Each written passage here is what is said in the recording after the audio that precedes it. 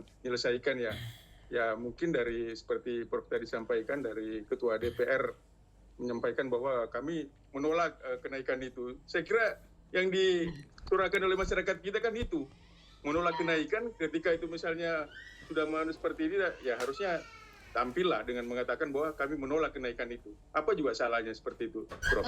Atau tiga unsur duduk bersama ya, bersama dan konferensi pers secara besar-besaran gitu, dan meminta media untuk meliput misalnya kan misalnya ya dari unsur kan, jadi misalnya tetap presiden juga kan misalnya turun misalnya juga bicara, terus kemudian ketua DPR ini, terus Pak Kapolri juga lah bisa duduk di situ, pokoknya semua lembaga tinggi negara mungkin ya.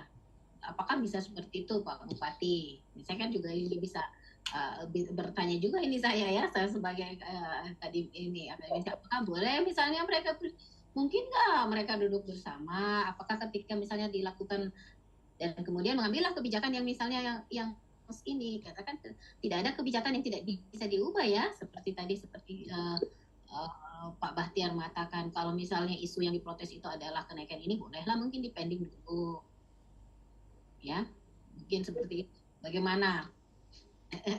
Karena mohon izin Prof, ya, peran media ini memang sangat-sangat apalagi kita lihat saat ini ya di TikTok itu semakin liar, khusus untuk media TikTok itu semakin liar. Betul, luar biasa. Dan itulah sangat-sangat pemicu ya, kalau saya lihat penyumbang terbesar untuk memicu situasi ya media TikTok ini saya lihat yang sangat-sangat memprihatinkan.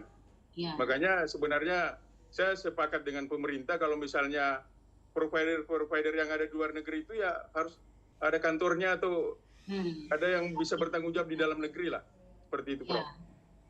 Pernah kan kejadian di Papua itu yang dimana terjadi kerusuhan besar-besaran dan kemudian diputus ya aksesnya. Nah tapi ketika itu kan itu akhirnya dijadikan lagi bahkan mahasiswa saya menulisnya dalam bentuk skripsi bahwa itu adalah pelanggaran HAM dalam kebebasan berekspresi. Cuman ketika itu saya sampaikan juga sebenarnya itulah tugas pemerintah, dia harus punya kekuasaan juga untuk menentukan misalnya. Sebenarnya bukan menghambat kebebasan berekspresi, tapi ketika mengarah kepada provokatif itu tidak apa-apa misalnya untuk dihentikan sejenak supaya tidak berita misalnya jadi atau hanya satu pintu saja berita yang bukan berarti bahwa kita harus menyembunyikan berita, enggak, tidak seperti itu, tapi maksudnya adalah kalau sudah ada berita-berita kan memang yang ketika misalnya sangat provokatif atau bagaimana ya yang bisa memicu, jadi ya mungkin adalah kebijakan juga misalnya untuk mengambil sementara misalnya sampai situasi lebih reda itu kan. Tadi kalau saya lihat misalnya contoh misalnya kalau kita nonton berita di Kompas misalnya ada mereka menampilkan beritanya tapi kan tidak seprovokatif itu, sehingga mungkin tapi kalau yang di TikTok kan betul-betul ya yang bagaimana sekali misalnya itu yang tentu ketika dinonton itu pasti tidak mungkin lah orang tidak memicu kemarahan. Kita saja misalnya yang paham hukum, kita nonton itu kita langsung marah kan, apalagi kalau misalnya orang yang sama sekali tidak paham hukum atau hanya tidak mengerti masalah juga hanya mendengar sepihak, bisa pasti memang situasinya pasti bisa memunculkan ini. Ya, masih ada lagi Bapak Ibu? Tapi pemikiran ya untuk referensi diskusi Prof, begini Prof. Hari ini kan bangsa ini sedang berjuang bersama terhadap efisiensi. Nah, rakyat sedang didorong untuk melakukan itu. Dan hari ini mereka melihat kita para pemimpin ini ya melakukan itu dengan sungguh-sungguh. Nah, saya menafsirkannya dalam wilayah kekuasaan yang diamanatkan undang-undang secara khusus melalui kebijakan saya sebagai kepala daerah. Saya tidak bisa memberi referensi di luar itu. Nah, jika kebijakan kita berpihak kepada rakyat di tempat kita, ya, saya yakin rakyat bisa mengerti. Ya. Kalau pada saatnya kita juga memberi kesejahteraan kepada pihak lain. Betul sekali. Misalnya pendidikan, mereka mendapat jaminan pendidikan ya, yang diberikan oleh daerah. Daerah juga boleh sebenarnya. Kita bicara dalam asosiasi kepala daerah. Udah yuk kepala daerah rame-rame. Saya kebetulan ketua asosiasi ya bidang pendidikan. Dan hari ini saya di Surabaya masalah ini. Iya. Ini amanat undang-undang. Ayo adik-adik kita sekarang masuk di kampus misalnya. Tapi kan negara harus hadir, harus menjamin. Dari setiap daerah, mungkin kepala daerah udah kita bantu ini. Negara kita lagi susah. Anak-anak kita, generasi kita mau sekolah. Udah bebaskan semua perkuliahan di dalam semua kampus. Nah, ini kan ada kebijakan yang dikeluarkan oleh pusat. Memerintahkan misalnya lewat Menteri Dalam Negeri, kita suarakan itu. Saya sudah suarakan itu.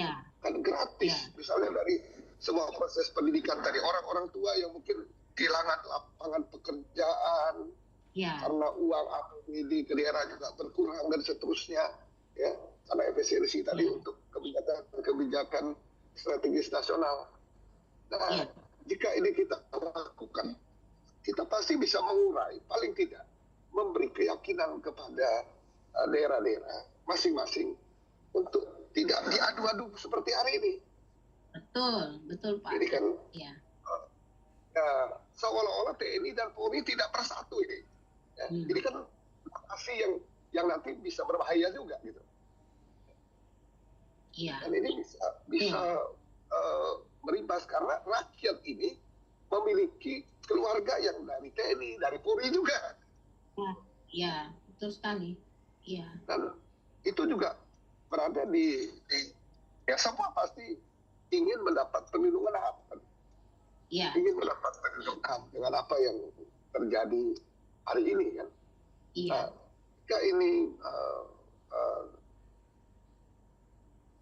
tidak dapat dikendalikan ya dengan baik ya, karena tugas kita di daerah ya, saya katakan ya tugas kita di daerah bagaimana seluruh stakeholder termasuk tokoh-tokoh utama kita yang ada di daerah itu bersatu ya, melihat kepentingan daerah dulu ya, melihat kepentingan kita di daerah ya, sehingga persoalan-persoalan yang memprovokasi masyarakat hari ini tidak terwujud asal ada keinginan kita untuk membuka diri. Nah, itu yang mungkin kami juga bisa dorong teman-teman ya, di asosiasi hari ini kan karena situasi di beberapa tempat memang sangat memprihatinkan seperti yang tadi Pak Bahtiar Ibu sampaikan ya.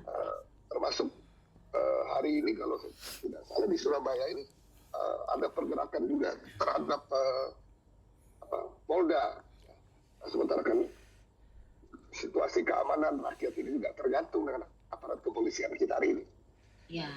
Betul. Ya, jadi semua orang merasa tidak nyaman. Nah, ini yang nanti berbahaya untuk kepentingan investasi juga di negeri ini. Betul Pak, betul. Ya, kita doakan semua bisa lewat dengan baik-baik. Amin, iya betul. Jadi kita haruslah kita prihatin ya, dan kita memang harus sejuk juga Bu. Memberi informasi sejuk loh. Informasi. Betul, iya. Jadi saya sepakat sekali dengan Bapak bahwa memang kan kita kalau bisa kita lihat saja misalnya dari kacamata kita secara kacamata umum ya, kacamata kita punya kacamata awam. Ya ketika misalnya suatu negara sejahtera maka penduduknya kan tidak akan bergejolak.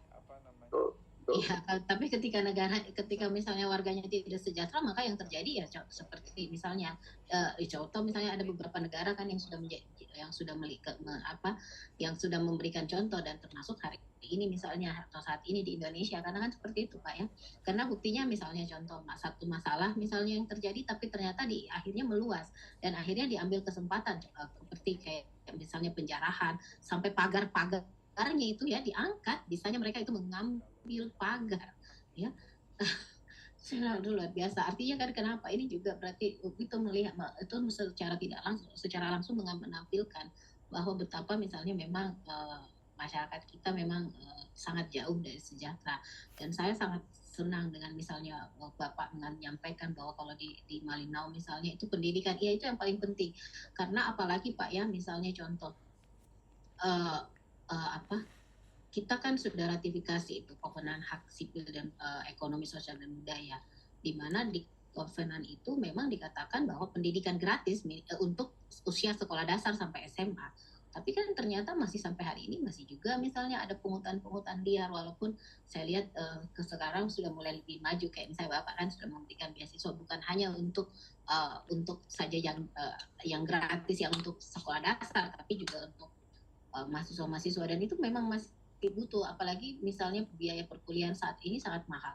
Contoh misalnya kan di Unhas juga kan kita kan karena konsekuensi dari PTNBH bahwa kita harus kita memang harus mencari uang sendiri, tidak lagi dibantu full dengan pemerintah, maka memang UKT yang ditetapkan untuk mahasiswa S1 saja itu bervariasi, dan memang ada yang sampai yang tertinggi, walaupun masih ada kita pakai UKT 0 untuk yang tidak mampu, atau yang ada atau misalnya ada misalnya surat keterangan KIS ya dari keterangan prasejahtera itu masih kita berikan. Tapi kan di umumnya misalnya yang misalnya masyarakat yang mampu pun itu banyak sekali misalnya yang minta bermohon, bolehkah saya diturunkan UKT anak saya, bolehkah ini, masih banyak seperti itu. Jadi memang mungkin dimulai dengan bagaimana ya pendidikan, karena itu juga sekaligus bisa jalan untuk memberikan kesejahteraan bagi masyarakat, dan juga misalnya Pak ya untuk semakin tinggi tingkat pendidikan seseorang, pemahamannya juga akan lebih baik. Apalagi ini generasi berikut generasi kita ini aslinya, maksudnya seperti itu. Iya, jadi mudah-mudahanlah semua pemangku kebijakan itu berpikir yang sama dengan Bapak ya. Ngomong dengan Ibu Wamen, kebetulan saya sebentar pertemuan dengan Ibu Wamen. Dengan Raffi juga, kebetulan beliau utusan Presiden hadir juga ini.